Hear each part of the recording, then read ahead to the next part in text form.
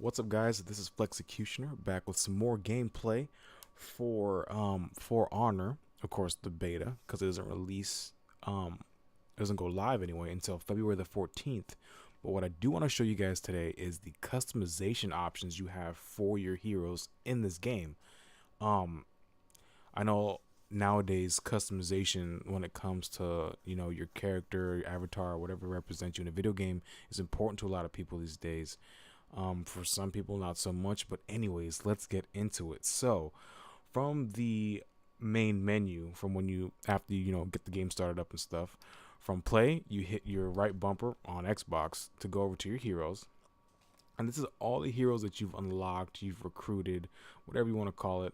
They are all customizable. Now, as you can see at the bottom row, I like playing the samurai. Um, my Kensei is level 5. I haven't recruited Nobushi, but I do have Orochi. So, um, Orochi's originally a female, and I literally just found how much you could do. Like, after you select the character that you want to customize, you can actually go to customize itself, and from here it'll give you a bunch of options. And from all the armor you've unlocked, it'll tell you how many helmets you have, starting from top to bottom. It'll tell you how many helmets you have, how many different arms you have, and how many different chest pieces you have. And you can actually go down to your weapon and customize that as well. So, from the helmet option, whatever piece of gear you got, you select it and you can actually upgrade it. Well, after you equip it, you have the option to upgrade or change the look, but I'm not sure when they're going to implement that. I'm pretty sure it's going to be after it goes live. Or you can dismantle it to actually get a samurai salvage, and I'm pretty sure it's like different. It's just salvage to upgrade and stuff like that. And to upgrade, of course, if you look under the upgrade section, you have coins, which is like your credits, which is like the in-game currency, and then next to that you have like this little anvil, and that's actually the salvage you can earn from winning battles, dismantling gear that you don't want anymore as well. And when you upgrade, if you look in the bottom right hand corner, it tells you what type of helmet you have on, what level it currently is, and the different perks it gives you. Like this one, if I do upgrade it, it'll bring down my debuff resistance. It'll have no effect on my revenge mode duration, but it will improve my exhaustion recovery. So you're never gonna find, from what I've seen so far, is someone who has a piece of gear that just completely pumps you up. It's all gonna be armor catered to your playstyle. So exhaustion recovery is every time you swing your weapon in the game, or if I'm not mistaken, if you sprint as well, your stamina will actually go down, and it inhibits how much you can actually do in the battle. So for me, exhaustion recovery is important because I always want to be ready to swing my weapon, especially being Orochi, because Orochi's an assassin style character. So I'm not going to be defending, and I'm not going to be just running into battles, trying to swing my weapon everywhere, trying to be a super badass or anything like that. So to me, I go in, I make my few strikes, my stamina rebuilds back up, I run away, and I'll come back again and fight somebody else who's like not paying attention and stuff like that. So just as far as that aspect, I'm gonna save all that stuff for a different video. But yeah, so exhaustion recovery is it helps a lot to suit my game style. Now next onto my chest piece, this one it's called the Baiken chest, and it has its perks and things things it can do for you as well. I'm not gonna go through all this explanation. I'm just gonna keep going, keep it nice and short and simple. Then you got your arms. You can upgrade your sword, and you can actually upgrade your sword a lot. I'm gonna go into that after this. You can upgrade your blade. Let's go back to the blade. You can upgrade your blade, and you can also upgrade that. You could change the look. Like I said, I'm not sure when they're gonna implement that. Or you can actually dismantle the blade itself, and you always have your default blade to fall back on. And as you can see, my default blade has like those little etchings, little things on the bottom. It's like a silver shimmery color.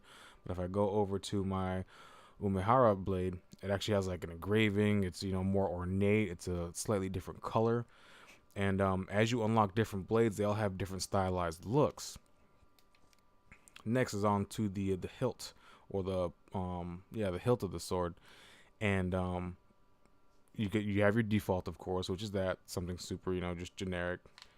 And then like another one of my unlocks is the Umehara hilt. And then after that, I also unlock the the next hilt. I unlocked another hilt. All right, just bear with me. Like Japanese isn't my language. And then also you can actually upgrade and change your guard as well. Now all these have the same option, whether it's your hilt, whether it's your blade. You can go to change the look. You have different styles of this, and I'm assuming it's based off of just like that set for whatever that piece of equipment is. What about this one? Change the look. Okay, so it's pretty much if you have a piece of gear that's similar to the one you already have, I'm assuming you can change the look. Like if you have duplicates and stuff like that. Another one, like I said, is the actual guard, the thing that sits above your hand. And you can upgrade that. You can dismantle it to get samurai salvage. Just like any piece of gear you get, you have the option to dismantle it to get more salvage, and use that towards upgrading other things that you may have. All right. So now we went through all that. You can actually change the appearance. Now, you can change the outfits, and you can actually, if you want to spend the credits, the outfits don't affect the way you play, but the armor that you have on affects your character stats and stuff like that. And as you can see, this is like a category of outfits called battle. And I have these two to choose from. I can buy this one for 1,500 or the other one for 3,000 credits. You have your elite option, which is of course going to come out as soon as the game releases. Then you have your mythic, and then you have your reputation gear, which if you play World of Warcraft, this all is going to seem somewhat familiar to you as far as the levels of types of gear you can earn and unlock. Now you can actually change the traits. Now Orochi's originally a female. I think I might have said in a previous video. I know how to English. In a previous video, and you can actually change their gender. See, female, of course, a slimmer, thinner build, or you can switch to male. Now, this doesn't affect your playstyle either. It's just more of a preference, and of course, I picked male because, that's just what I wanted to pick. You can actually change skin tone. When I first, because look, like traditionally, I look like a traditional Japanese man in the eyeballs because that's about all you can see. So I was like, oh, that's pretty, like when I came across it, I was like, skin color. And I was like, I want to make someone that looks like me. Bam! So I made myself a nice crispy brown baby. And it's dope to me. Like, I've never seen this. I didn't expect it, is what I should say. Because I know in a lot of games you can customize, your skin tone and your facial features like Fallout 4. Great game. And, and it just it provides a more immersive experience. I mean, to me anyway, because I'm sentimental about this stuff. And then you can also customize your chest and back. Now, you actually unlock different patterns that portray on your armor, and you actually customize this piece by piece, which is pretty dope. Now, you don't have to do this. None of this affects the way you play. It's more like a badge of, yo, son. Look what I've unlocked. Just like unlocking certain stickers and skins and stuff like that from other video games. It's more like a show of what you've accomplished. See, like right here, and this is actually my chest piece. You actually, if you look at my chest piece as I switch these around, you can see them changing, and different patterns. They just have different looks altogether, and like it's dope. Like it's awesome for me. And like you have different engravings on there, so it'll provide this 3D effect on your armor. Now, if you look in the middle of my chest, it actually, you can't see it too much, but I'm assuming if someone were to inspect you, if that's even possible in this game, and really see the ornateness and the level of detail in your armor, that'd be pretty impressive. As of right now, I haven't unlocked anything, but other than engravings, you actually have symbols you can put on your armor too, and same spots, middle of my chest. I like that the moon cloud one because that one just looks raw to me. And then as you progress in the game, as far as level wise, you unlock other things, for your armor, for your weapons and stuff like that, and allows you to be more just more customized, more whatever suits, you know what I'm saying, like whatever suits you, which is really dope. You can have an ornament. These ornaments actually for your helmet. Now, some of these are a little ridiculous, or these two, because there's only two I have to choose from right now. But I mean, nonetheless, like, yo, nothing's more scary than a dude with a with a car logo sticking out of his head. Like, that guy has no regard for human life. He clearly doesn't care about himself or me. No, but in all seriousness, I think it's raw. Like, it's dope. And like, you know, this is the scarab. I think it's called scarab. Yeah, iron scarab, which is pretty dope. Which is a little more traditional, if I'm not mistaken, with these type of helmets and stuff like that. But I don't know if it changes from helmet to helmet. But I know that these are available to me now. And of course, I don't have any other helmets to test it on, unfortunately. But helmet ornaments to me are just Jesus. I can't.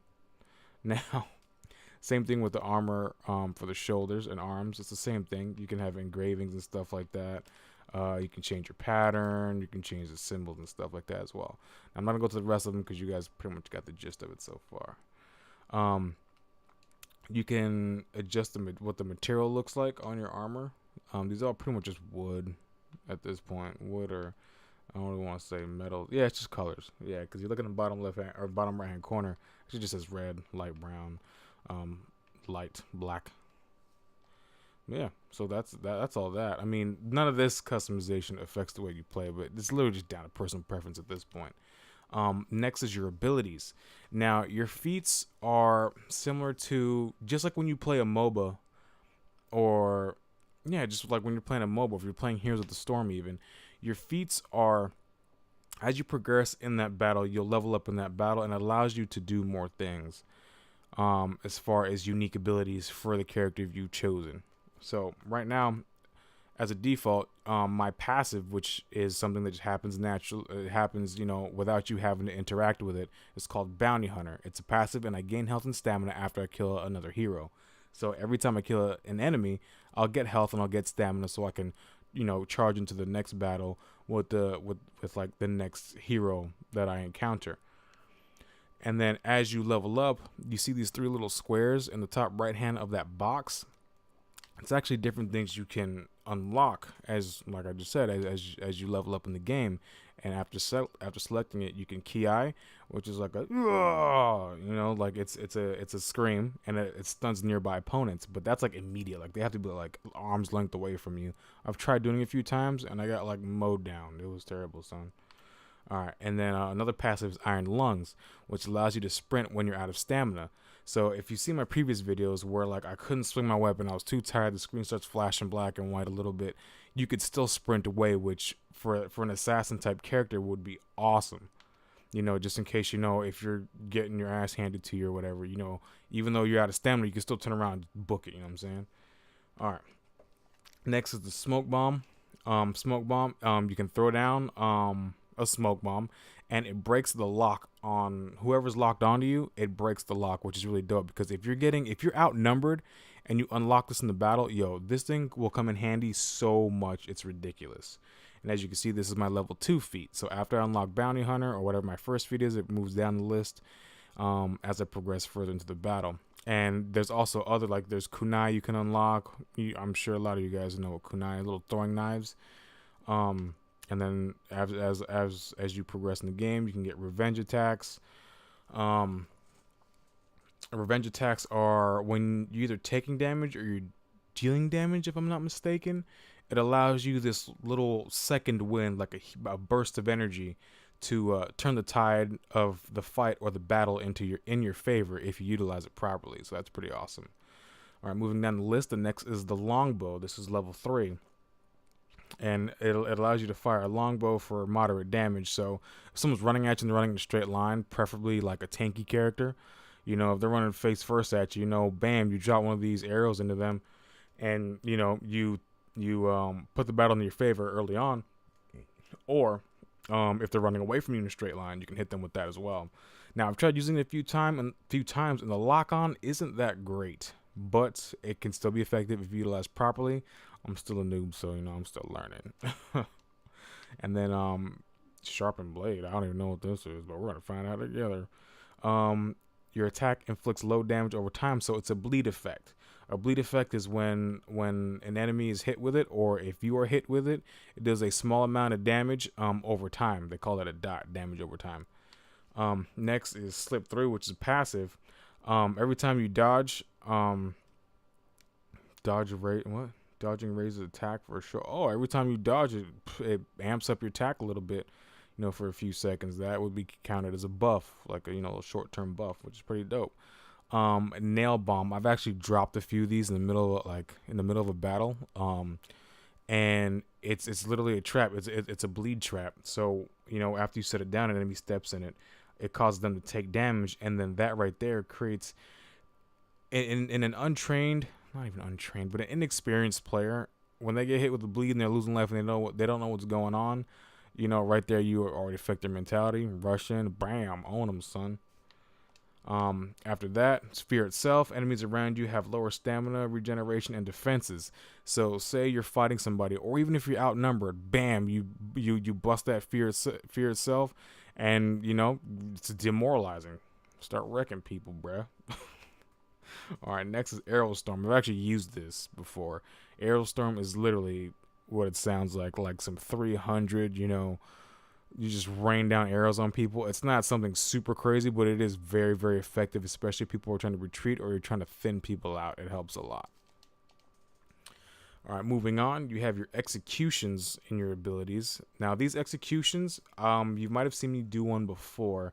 It prevents an enemy from being able to be respawned, which is super pivotal. Like, if you guys are, going at it in a 4v4 situation or even a 2v2 situation, doing execution stops the enemy's teammates from reviving him, which helps a lot. Like, if you're really trying to thin him out, in case you do kill somebody and you don't execute him and you turn to engage the next person, or that person slips past you and they revive, their teammate, dude, like that's some upsetting stuff. Here's excessive force. Look at that animation. Bam, son. Little off the top. Whoop, whoop. Jesus. And here's choke on this. This is actually 5,000 credits. I'll probably unlock that eventually and show you guys. But either way, it's right here. Little slashy, and bam, right in the throat. Jesus. Yeah, this game's. I like it. I like it a lot. Anyways, here's your emotes. This is more like just taunting or, just random stuff you can do in combat. You know how taunts go. Especially if you played Call of Duty and stuff like that. Here's a here I am. Open up for business. 3,000 credits. I can't justify spending 3,000 credits on an emote right now, but it's still beta, so I'm gonna save my hardcore grinding for when the game actually releases. But right now, I spend time just showing you guys what's going on. Next is your combat emotes. Cut to the chase. No more bullshit. There's a you there. That's one of my favorites. I actually use that quite frequently. And then here's the approach. Come hither motion. But yeah, so you guys get the gist of it. And it's pretty cool so far. But that last little box is unavailable right now. I'm sure Ubisoft, whatever you call them, are saving that for when the game actually releases. But let's see, I missed anything? No, I think that's it. Well, guys, thanks for watching. Hope you enjoyed. Don't forget to like, comment, subscribe. You can follow me on Twitch. Just search me up, Flexxicutioner. Flexxicutioner. Boom. Anyways, guys, this is Flexxicutioner, and I'm out.